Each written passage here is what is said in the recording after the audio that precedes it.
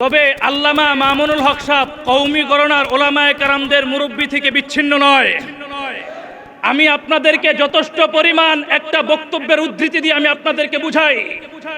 আমাদের বাংলাদেশের আকাবির আসলাফদের উত্তরসূরি আল্লামা নূর হোসেন কাসেমী রহমতুল্লাহি আলাইহির একটা আমরা বৈশিষ্ট্য জানতাম যে হযরতের ব্যাপারে যত মানুষ সমালোচনা করতেন তিনি কোনোদিন পাল্টা জবাব দিতেন না।